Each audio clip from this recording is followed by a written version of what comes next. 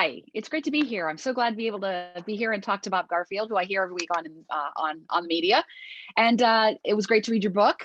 I had read excerpts of it before. I actually listened to the audiobook version of it because I'm so comfortable hearing your voice, Bob. So it's great to see you.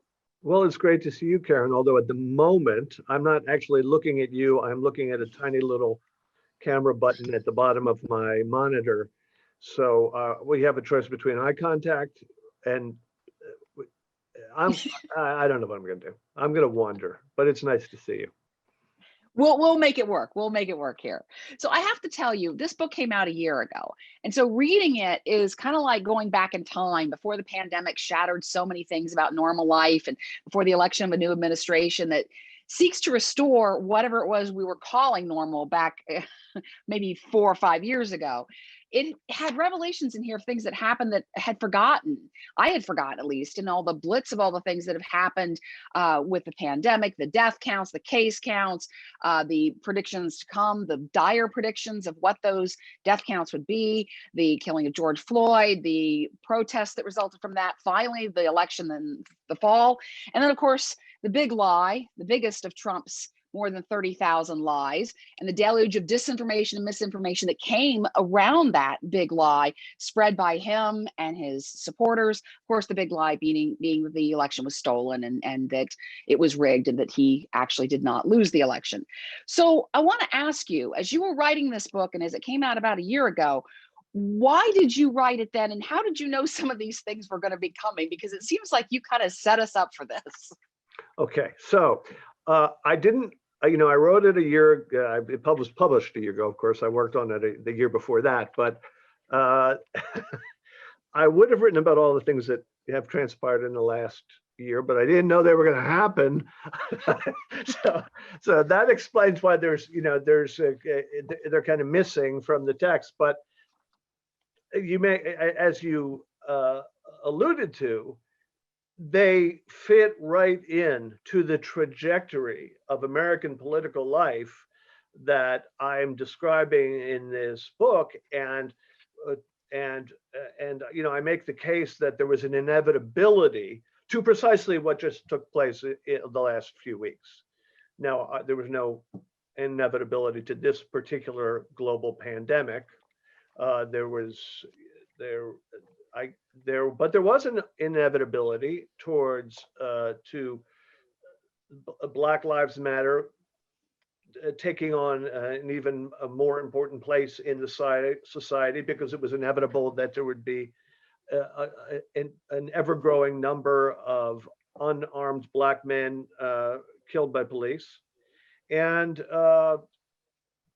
so, yeah, I didn't say George Floyd's name, but I followed the trajectory that left us here. And that's why when I look through the book, and I looked through it today for the first time in a long time, when I look through the book, I'm not going, God, seems so old. This seems like it's from another time. It's like, no, this pretty much leads up to every single thing that we've been experiencing. So I don't know if that responds directly to your question, but in spite of the fact that all that stuff that seems that was so convulsive in the society happened with nary a mention in this book, it's all it's the logical evolution of exactly the things I'm discussing in American Manifesto.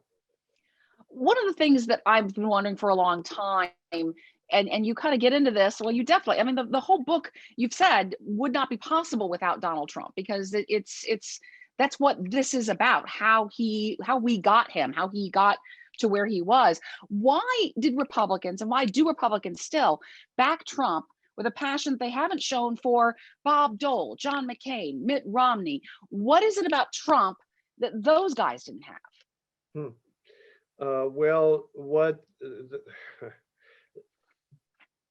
Several things. One is the media situation, that the media environment in which they're working.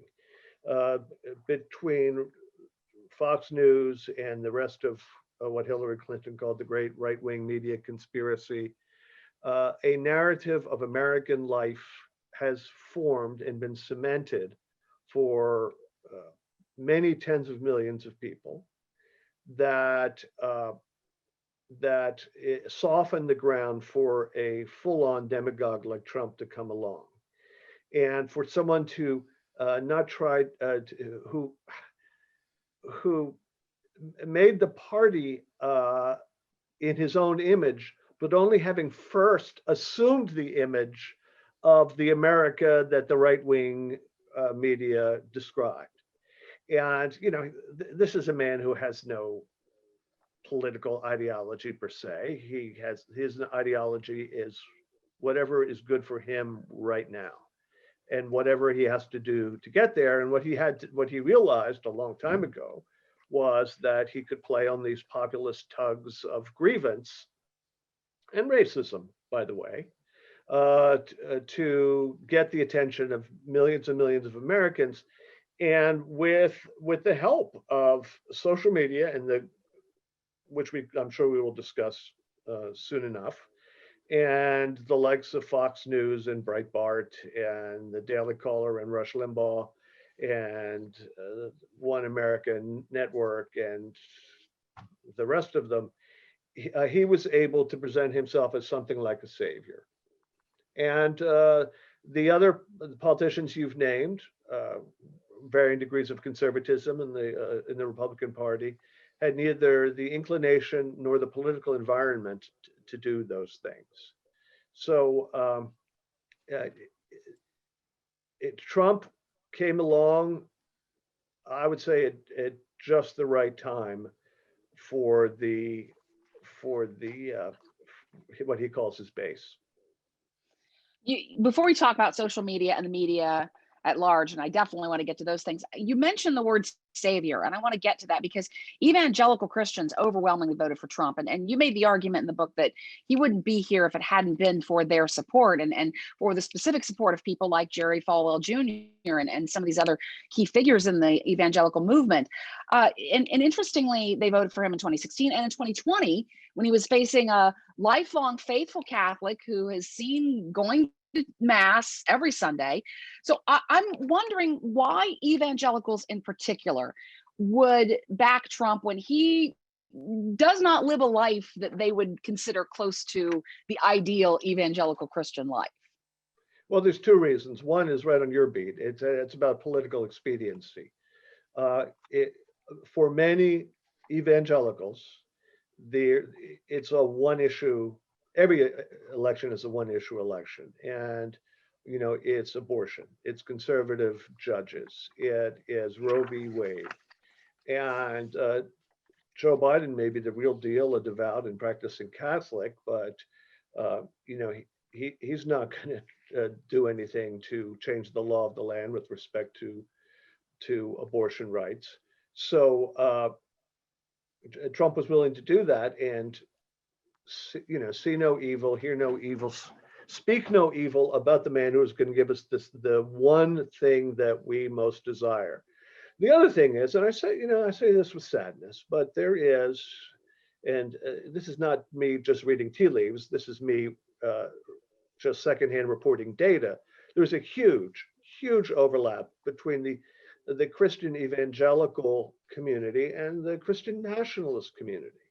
And the Christian nationalists use the language of religion to state their grievances, but they aren't necessarily devout or even faithful per se. But they identify themselves as a demographic in America that owned America once and doesn't like to see it taken from it. It doesn't like to see the nation that they believe is theirs because they had hegemony here for 200 years. They don't like the direction of it in terms of race, immigration, and the establishment of the values of a liberal democracy, very similar to those in Europe, and tracking perfectly with the Bill of Rights, but which they think has every one of them has been taken away from them since the early 50s.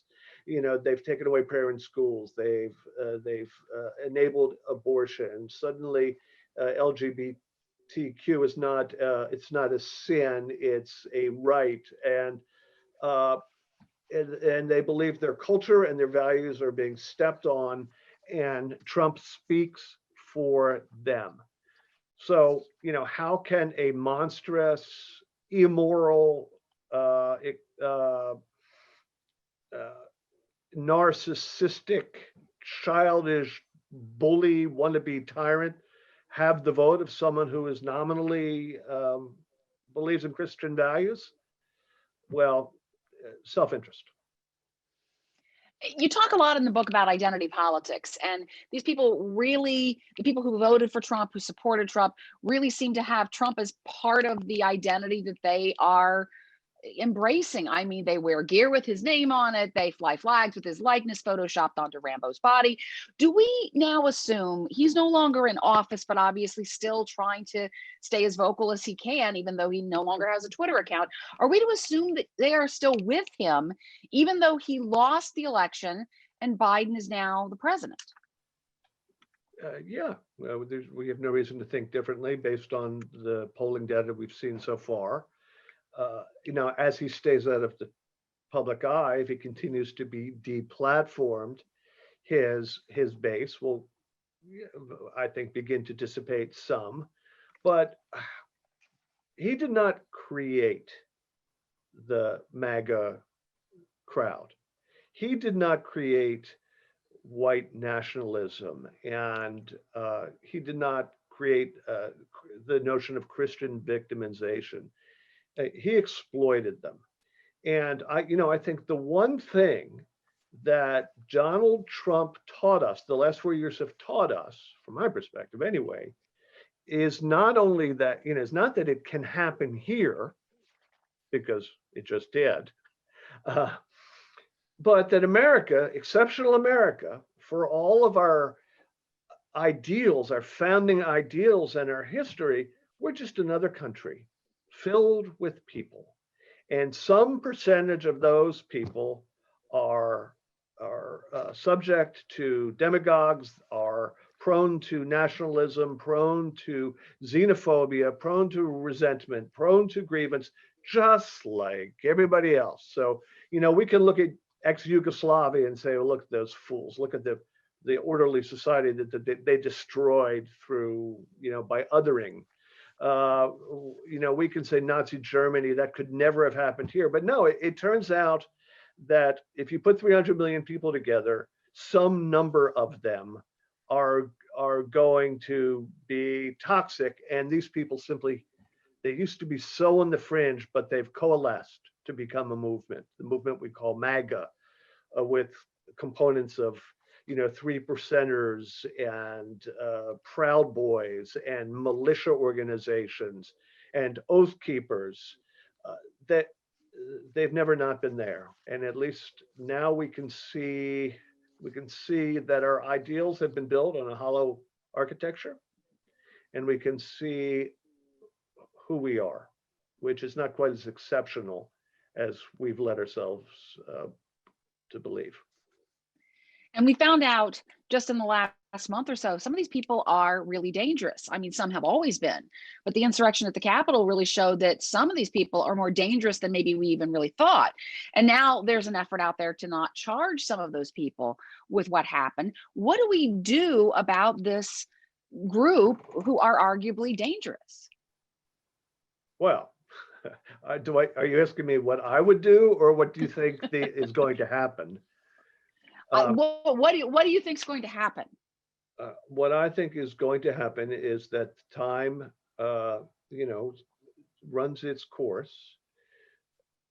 This will become the insurrection, or the attempted insurrection, will just become one of the sequence of depravities that we witnessed over the last 4 years, barely distinguishable from the caging children, barely distinguishable from the Muslim ban, barely distinguishable from Charlottesville and some very fine people on both sides, barely distinguishable from the mass murders in Pittsburgh and North Carolina and Parkland, it will just become just the latest of a series of episodes and not be an inflection point.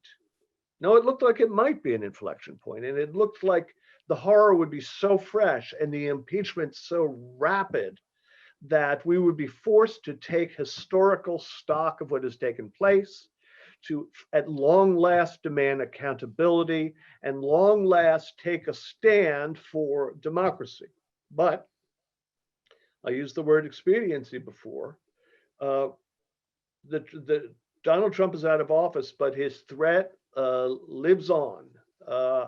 And the threat that he will turn incumbents' base against them, that they will be primaried out of their jobs on Capitol Hill. And I believe that the GOP, the Republicans in Congress, will be nearly as deferential to Trump and Trumpism posthumously, shall we say, as they were when he was in office. He still represents a threat to them, and I think they will still be politically opportunistic in a way that I regard as Quisling behavior, the equivalent of cooperating, collaborating with an occupying government. And that's what they did. They apologized for him for 4 years, or failed to take action, or change the subject, or rolled their eyes, and enabled him to such depraved degrees that that the bill of indictment is historically astonishing. So we're going to go from insurrection to impeachment to inauguration to inaction, in a sense. I mean, that's my guess. That's my guess. Now, there, in the immediate aftermath of the siege of the Capitol, the certain organizations that had funded political candidates and certain corporations started voting with their wallets and saying, no, if you voted against accepting Joe Biden's electors, you're not going to be eligible for our next cycle of campaign donations. And certain corporations pulled out and of doing business with Donald Trump, the Trump organization, and some of his cronies. And it looked like that there was this opportunity not to follow the money, but to follow the no money and see where it isn't going, and see if that could chasten the powers who enabled Trump for the last number of years. We shall see if they, they were just posturing and everything goes back to the status quo. But at the moment, it looks like that the GOP nationally is going to bet that this is just temporary, that the money's going to come roaring back into the system, and that they can play the same game for the next 4 years that they have for the last 4. I don't know. I mean, my book is only partially about the politics of it all.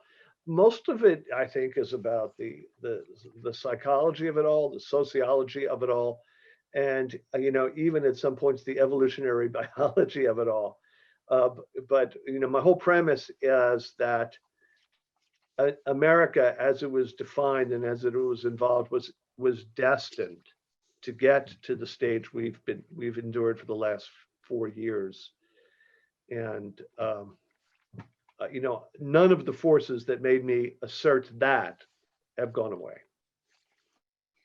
I want to turn to the solutions that you have in the book, because you do come up with some ideas that you say can help resolve this emergency that we're in. For instance, you propose several things such as breaking up Facebook, boycotting Fox.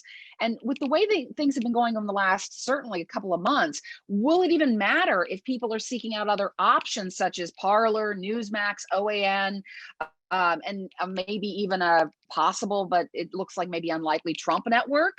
And how would those sites be regulated? Is there any way to prevent this from just perpetuating with these smaller sites. I mean, you talk about the Ma Bell being broken up into Baby Bells.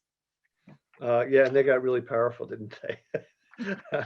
uh, so, first of all, one thing we learned was that if there are organizations that are exploiting, usually for money, the intense polarization and the willingness of large swaths of the public to accept lies because they happen to correspond with their worldview and their ideology and their politics and their grievances. That, there's money in doing that, there's opportunity in doing that. But if you deplatform them, if you take Alec Jones off your cable channels and you don't give him access to the internet, all of a sudden Alex Jones becomes a trivial matter. We're discovering that Parler, which was built as sort of the Twitter of the far right, and became the site for social media for the MAGA and even farther right, it has now been neutralized because it has no platform. 8chan, see you later. And so Facebook and Twitter, they no longer give oxygen to the ravings of Donald Trump. And all of a sudden, we learn that he is very, very frustrated because he is the most aggrieved of the aggrieved class that he's been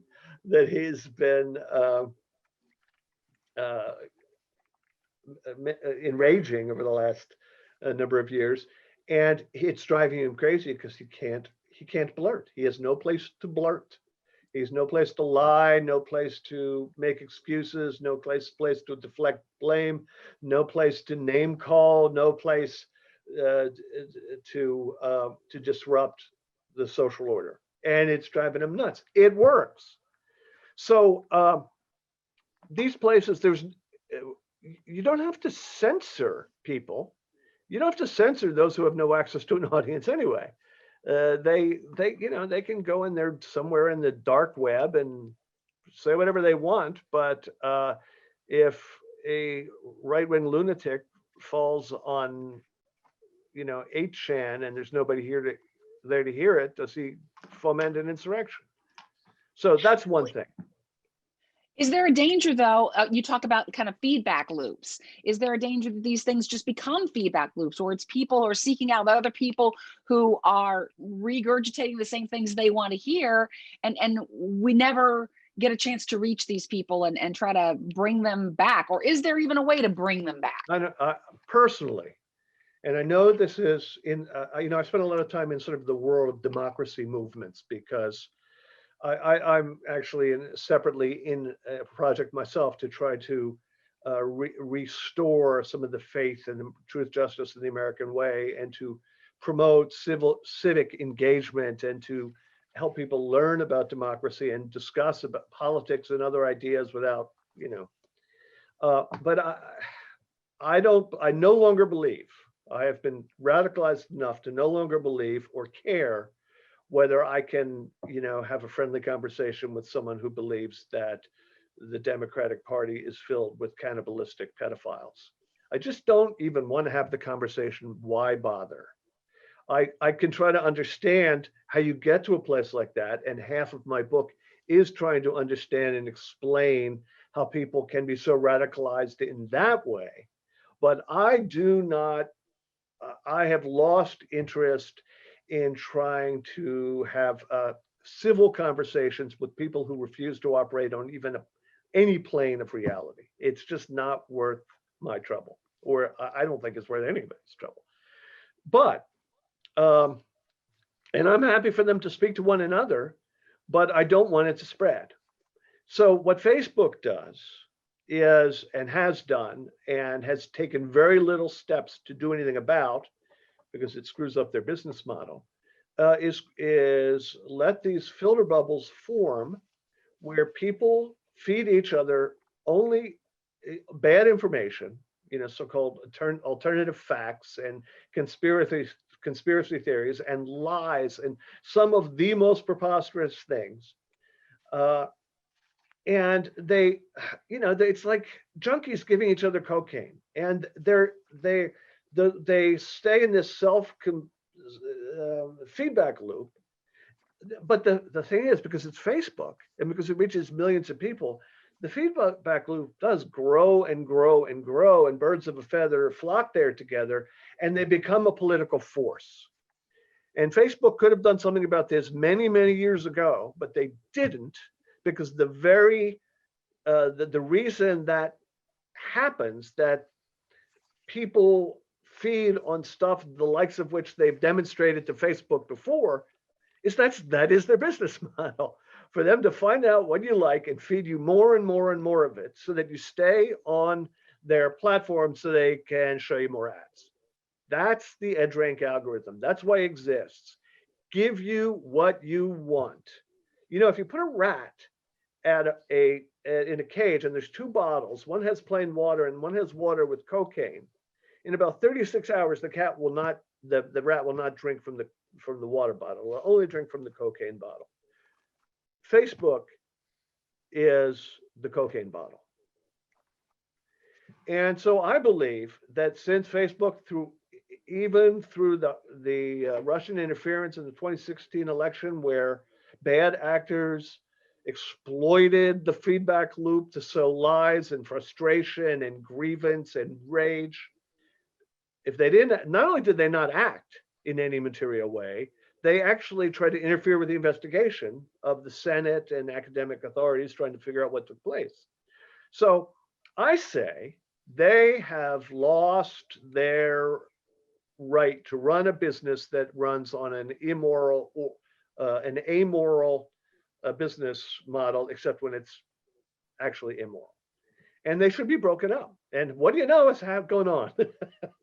What do you know is going on? They're facing this antitrust suit. So check that one off for Bob. And I think, by the same token, it is possible to shut up Fox News.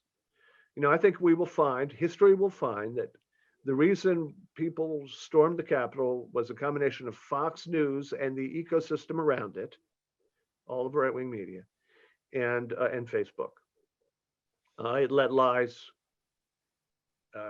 get audience. It allowed them to fester. It allowed them to evolve. It allowed them. And I think that what we need is a boycott, an advertiser boycott against Fox, not one of the old kind where they say, well, Sean Hannity was outrageous. Tucker Carlson went too far this time, so we are going to take our advertising dollars and move them somewhere else on Fox News until the coast clears. Then we'll put them right back. That's what they've been doing. The reaction by the business community to the insurrection showed that they seem to be willing to pull money away for the long term, perhaps indefinitely. And if that were to happen to Fox News, if their advertisers were really to say, you have been a disruptive force to our democracy, you are spreading the lies that caused sedition and insurrection, we don't want anything to do with you. I do think that can chasten them into, being something less than a dish stormer. Before we turn it over to some audience questions, I want to follow up on that with a final kind of, if you end up doing that, then the onus then falls onto media organizations like mine, like NPR, like newspapers that have been really suffering even leading up to the pandemic with job cuts and money just being sucked away from what we've been trying to do in terms of presenting fact-based information. So I want to ask you, is there hope for the media landscape when newspaper subscriptions are down? Some subscriptions are starting to come back up. You are starting to see some move up a little bit, but is that revenue model? How do we fix that revenue model and make it so that there is something there? So I've written this book in which I weigh in on, like I said, evolutionary biology and sociology and political science, all this shit that I am not really credentialed to speak about. I speak with authority, but actually no credentials whatsoever. And but the one area in which I am an authority is the media economy. And because I've made a study of it for 15 years, one of my first books called The Chaos Scenario predicted the complete unraveling of the media ecosystem. And I feel confident in answering your question. No, there is no hope, especially That's encouraging. for local journalism. As we can see, there's a tidy market for national politics and to some extent global politics, especially when there is an extremely controversial president doing outrageous things every single day. That creates interest. So people who covered the presidency did just fine. And I'm talking about CNN and MSNBC and of course Fox News Channel and the Washington Post and the New York Times, and they did fine. So national news business is going to be fine. But the democracy does not run on national news business. It runs on local journalism, so that you know what's going on in your water treatment authority, at your city council, at your school boards. You know what your taxing authorities are doing. What's going on in your courts and whether the rule of law prevails. You know whether local regional officials are corrupt or violating their oaths. I mean, that's what journalism does, first and foremost, in the community. It also tells you what the weather is, and it tells you whether there's burglaries on your street and what burned down, and that economy has been decimated. There is very, very little left. Thousands and thousands of newspapers. Ohio has been particularly badly hurt, and as even in the big cities, if in Columbus and Akron and Cincinnati, the papers are they look like, I used to get My Weekly Reader when I was in grade school. It was about this big, it had 4 pages. That's the daily newspaper. And along with the tiny scale of the newspaper is the tiny scale of the staffs. And that advertising model is not returning. And that money has all been sucked into the Google and Facebook duopoly and never to return. So what is the solution for a robust media, journalism, and news and information infrastructure? There are no magic beans. We're screwed. Well, on that note, let's find out what some of the audience questions are. On that happy note, I'll turn it back over to you. Great. Thank you, Karen and Bob, for that insightful discussion. We do have some questions already from the audience. So if you're watching and you have any questions for either Bob or Karen, they'll both be available to answer questions for you.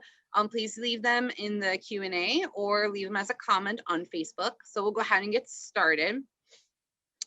Mary has a question opening up, and she says, what does it say about the Republican Party and Trump's influence when the party they forfeited a platform in the 2020 election? When they forfeited a platform, I'm not understanding the question. I guess she's trying to say that they didn't really have a platform. Oh, I see. I said the party platform. Well, I think the apotheosis of the relationship between the Trump phenomenon and the evolution of the Republican Party is the Republican Party platform became whatever Trump tweeted yesterday. And it was a party that eventually became so divorced from its historical bedrock principles, austerity being, right at the top of the list. The first thing it did out of the gate was this multi-trillion-dollar tax cut, which came in the face of decades and decades and decades of accusations about tax and spend Democrats blowing up the deficit. Well, I mean, the deficit just went insane. And fiscal responsibility, one of the core issues of the Republican Party for my entire life, and I'm think, the oldest living American. That just went out the window. The Statue of Liberty went out the window because of Trump's stand on immigration and because the xenophobia he exploited. The Statue of Liberty, the Statue of Liberty, rule of law out the window. We're the law and order party, except when it concerns the president of the United States, except when it concerns, executive orders that are grossly unconstitutional or in violation of explicit statute. We're law and order, except for all of the stuff he did in front of their eyes for 4 years that they turned a blind eye to. So, what is a party to do when, after, at this stage of the evolution of our country, 35 years, they have turned their back on every single thing that they have ever stood for. And as far as I can tell, they are the pro-life party. I don't see anything else left. And I do not know how they rebuild from here. They ran explicitly against the sectors of the society that are growing while theirs are shrinking. That is a telephone. It's coming through my fax machine. I don't know how to turn it off. So I apologize for the sound effects. I don't know what becomes of the Republican Party. I am not a Democrat. I haven't been a registered Democrat for, 35 years. But whatever happens to the Republican Party, as far as I'm concerned, good riddance.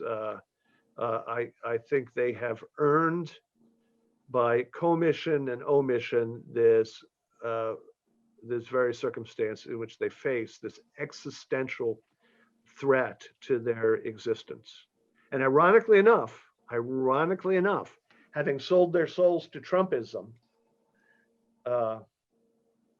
if Trump creates a third party, as he's threatening to do, the Patriot Party, they are, to quote Aristotle, just totally fucked. It might not be Aristotle. Well, we have Can another I person. follow up with you? Can I Oh, follow up go ahead. with you, Bob, on that? Does Trump have the money? Does he have the power to create a third party that could do that? I mean, it seems since he's been deplatformed, he's not in office anymore. He's got all sorts of legal troubles that we don't even know some of them yet. Does he really have that kind of pull that he could create a third political party that could actually challenge the existing major parties? I don't know. I will say this, some people have sex dreams. I have dreams of Trump in court. I have dreams of watching his bank account dwindle as he's paying lawyers he can't stiff in civil and criminal court. And all the while the revenues of his various companies in his organization are dwindling, where his biggest business, the Trump name licensing business, goes to near zero, while he has entirely lost access to capital and can't even get a bank willing to run his accounts, so that he essentially has no access to commerce of any kind.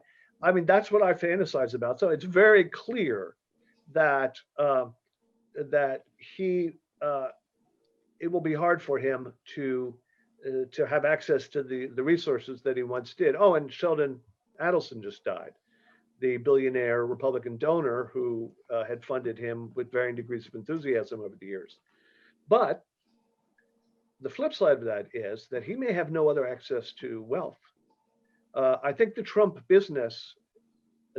brand is not going to be on resorts with gold fixtures anymore. I think the Trump brand is the grievance brand, built around a Trump rump party, and that which gives him access to tens or hundreds of millions of dollars of dark money and light, with also the possibility of running some sort of media channel that as well. I mean, I think he's backed into a corner, And it may very well be that his problem also becomes his solution, and that he continue, you know, when he was going around filing 80 lawsuits trying to get the 6 states election results thrown out, he got more than $200 million donated to him. And in the many solicitations for help, you know, to stop the steal, there was a little disclaimer that said as much as 60% of this could go to the president's campaign fund. Now, what's 60% of $200 million? It's $120 million that he just made by sending Rudy Giuliani and a few other crackpot lawyers around the country filing suits that he's not going to pay for. And he may have found the substitute for the golf resort business. Well, so as you were kind of talking about the future of the Republican Party, Susan H. in the chat actually has some questions about the individual. And so she considers herself to be an evangelical Christian. She did not, however, vote for Trump, as she did not know of any other figure who has so greatly damaged our democracy and the reputation of people of true faith. But she's looking as the situation of how can we as individuals use our voices so that justice is served. So what about the individual? What about the person who was a registered Republican, or they identify as an evangelical and they probably feel a little lost right now? Well, the answer is I don't know.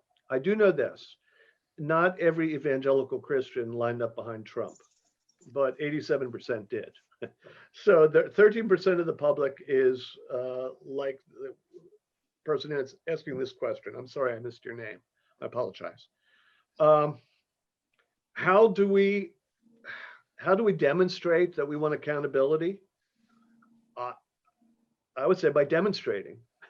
I would say by speaking up to your family, to your friends, on your Facebook, on your social media, at your church, to ask what monster have we created?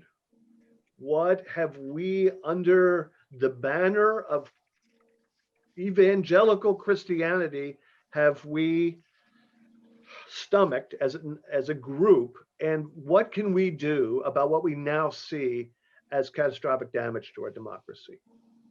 And by the way, I think a legitimate question is, what have we learned about ourselves? And if you ask those questions, there's a couple of possibilities. One is that you'll be shunned or poo-pooed, and another possibility is that you'll actually start a conversation. And if all of the 13% of evangelical Christians who did not line up behind Trump, and if all of the evangelical Christians who are not also, simultaneously Christian nationalists, and that's, between 30 and 40% of evangelical Christians do not, fill the Venn diagram overlap with Christian nationalism, that's a lot of people whose voices can and must be heard. And my advice is don't be shy, be brave. Okay. Some good advice. Ed in the chat would like to turn the conversation a little bit more towards the media.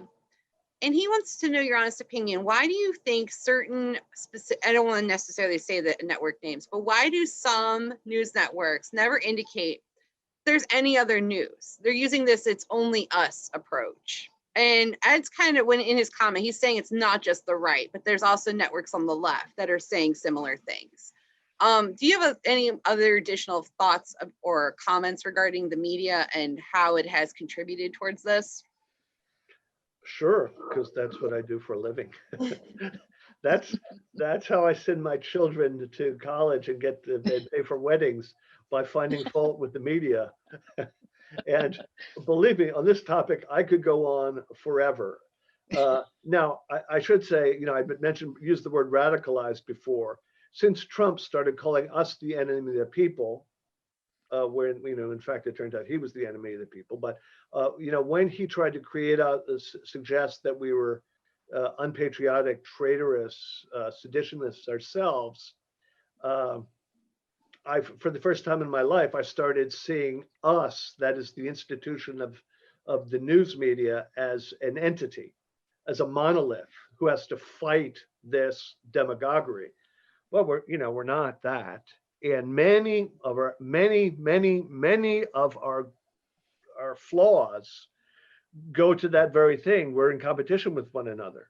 And as being in competition with other news organizations, makes us, for one thing, not acknowledge the work that other news organizations have done, as you allude to in your question. It also makes us, if it bleeds, it leads, to do the most clickbaity, outrageous coverage of the most clickbaity and outrageous things instead of some more substantive things.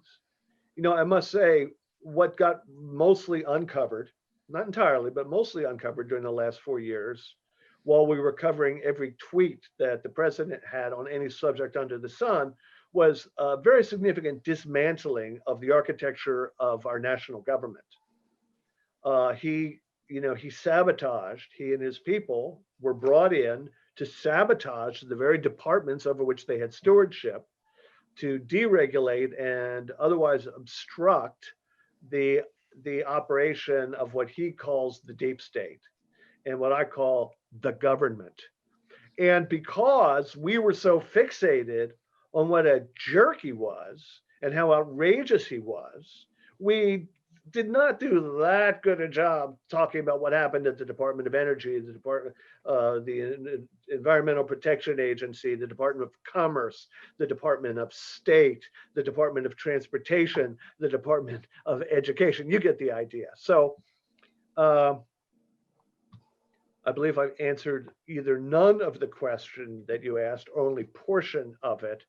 But we have a lot of work to do in the mass media, and we seem to be making the same errors over and over again. We seem to be taking the same shortcuts.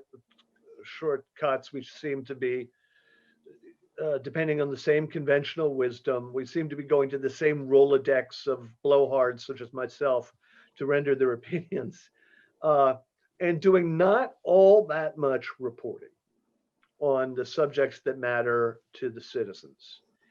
And that problem, unfortunately, is not going to get, the situation isn't going to get better as the media economy continues to unravel. It's likely to get worse. Well, that makes me feel great. Okay.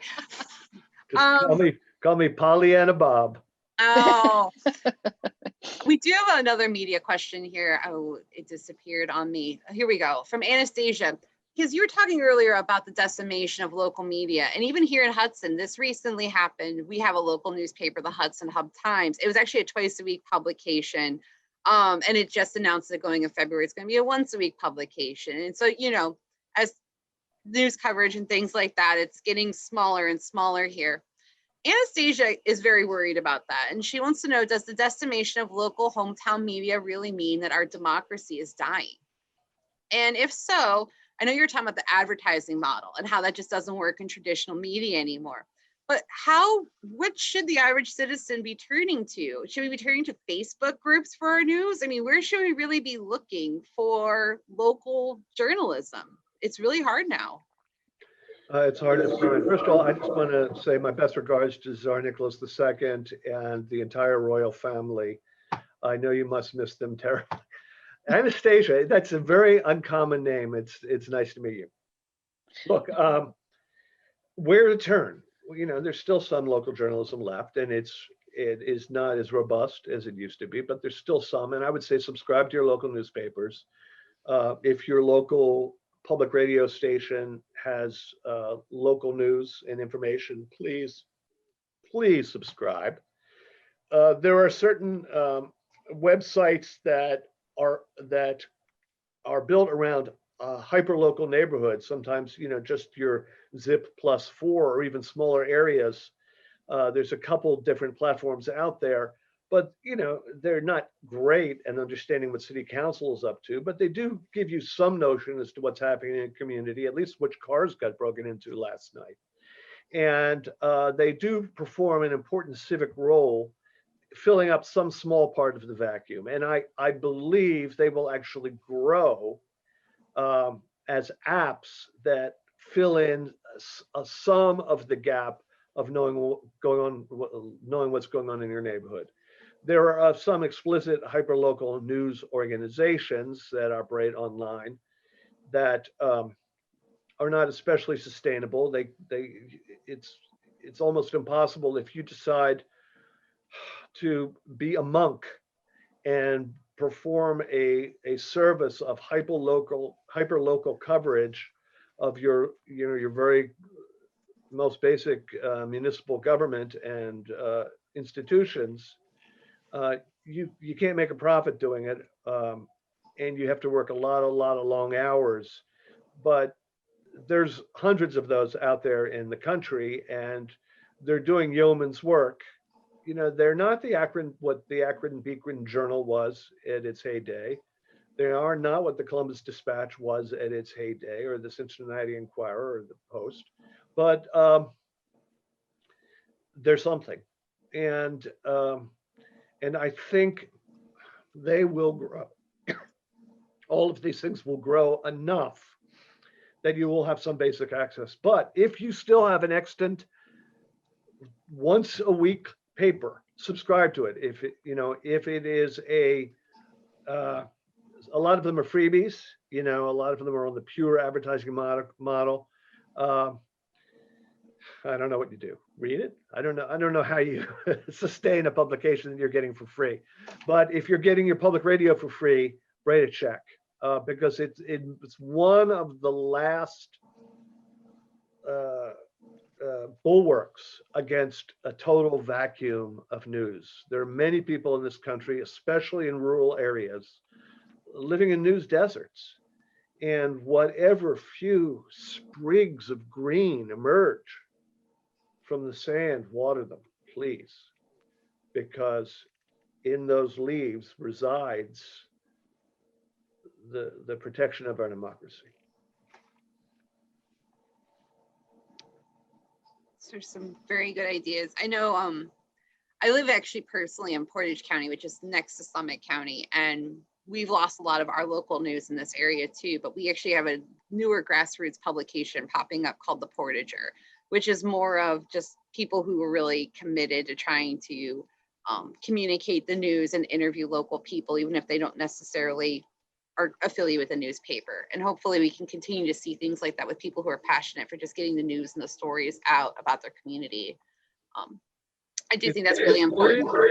Is Portage a distinct municipality? I mean, is there a mayor of Portage and a city seal? It's the county. So the county itself is dominated with Kent State, and then there's Ravenna as the county seat. On the county seal, do they have 3 Native Americans carrying a canoe over their heads? I do not believe so. Look into that and get back to me, please, by Wednesday morning. I know in Portage, Michigan, they do. Gotcha. Okay. But no, I do not believe so. And if so, then I've been, I guess, unaware my whole life. All right, let's turn this up a little bit from the news. We were talking about this a little bit before we went live today to the public. So someone from the public would love to know your thoughts regarding Senator Rob Portman. So this is for either of you. Laura would like to know, our Senator Rob Portman announced today he's not running for re-election 2 years from now. Interesting timing for his announcement, yes? Would you like to comment? Not a fan. But I believe that the state of politics is, in Ohio at the moment. He could. I don't think there's going to be a Democrat wind up in that seat, and I think it's highly likely that his successor, who he would have been primaried against anyway, most likely, will be someone representing the farthest reaches of irrationality that Ohio has ever. I can't say for sure, but I'm not optimistic about Senator Portman's successor. He is perceived as a moderate. 10 years ago, he would not have been perceived as a moderate. But now, in the Trumpism world, he's practically deemed a Sandinista. And I'm just not optimistic that the trend is going to go back to moderate. As for why he's leaving, he says, I don't know. He didn't say I want to spend more time with my family. I think what he said was that it's become too polarized and partisan to operate, and it's too disappointing. But I think the translation of that is that my opponent in the primary, and I will have one, even though I'm the incumbent, it will be a member of the SS.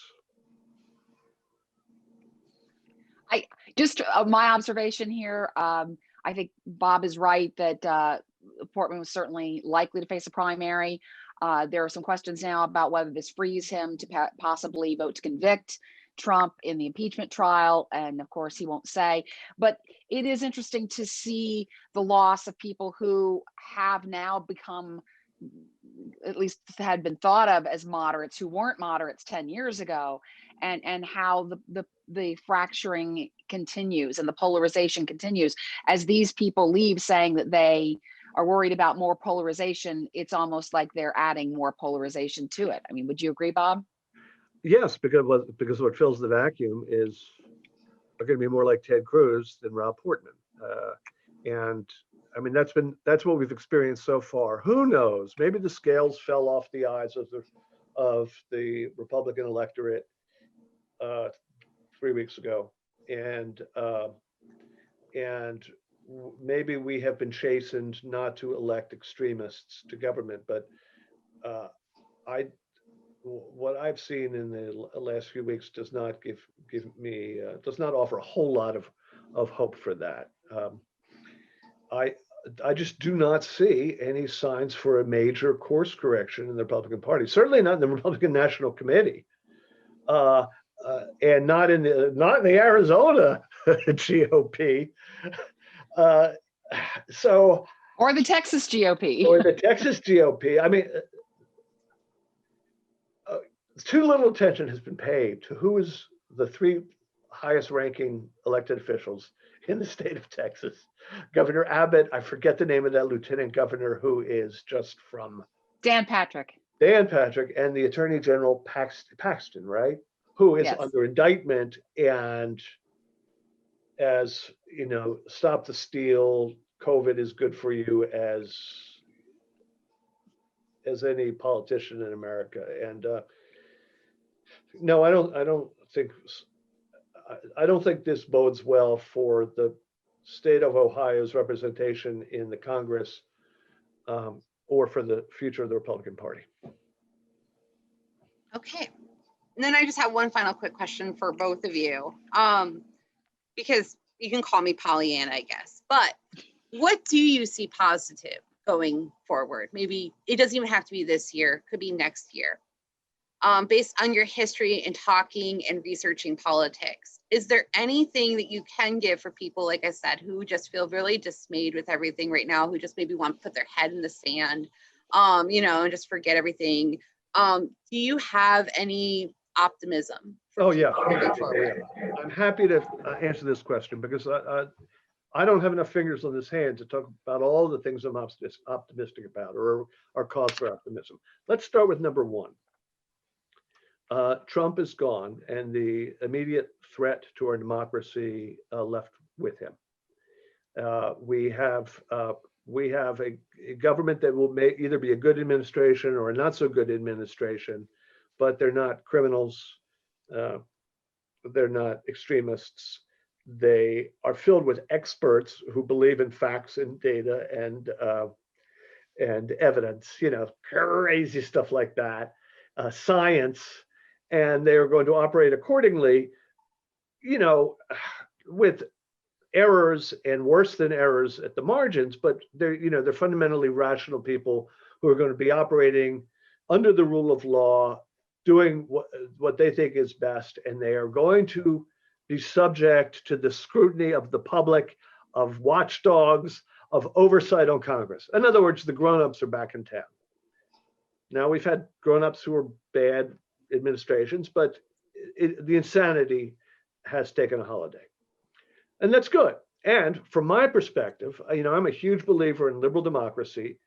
Unlike about 100 million of my fellow Americans, I don't believe that all of the things that have happened since the World War II ended, the Miranda warning and the Civil Rights Act and the Voting Rights Act and the Clean Water Act and the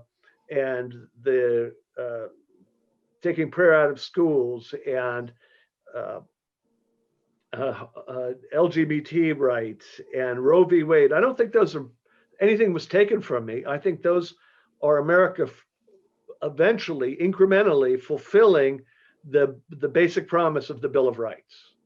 And I think the history of liberal democracy since the middle of the 20th century has been to memorialize those rights in litigation and not litigation, in legislation and court rulings that make them permanent parts of the society, trying to bring justice and equity to all.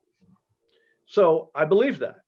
I also believe, thanks in part to administrations that I support, chiefly the Clinton administration, we are now, while in some ways we have moved forward inexorably since the war to memorialize and institutionalize all these incremental gains in individual liberties, we are nonetheless back in 1890, and we are living in a robber baron economy and of economic injustice such as I could never have imagined, and social injustice that has persisted since the founding. And we are finally beginning to internalize that structural racism is a thing. And it shows up not just in Jim Crow laws or in voter suppression, it shows up in housing, it shows up in access to loans, it shows up in the environment, it shows up in health, it shows up in policing, it shows up in ways across the society that have systematically oppressed 12% of our population since Reconstruction. So I'm optimistic that having internalized these things, this administration and the society as a whole is going to do something about it. We're going to ignore the racists and the white nationalists and just do something about it. How much will depend on the obstruction from the Republicans in the Senate.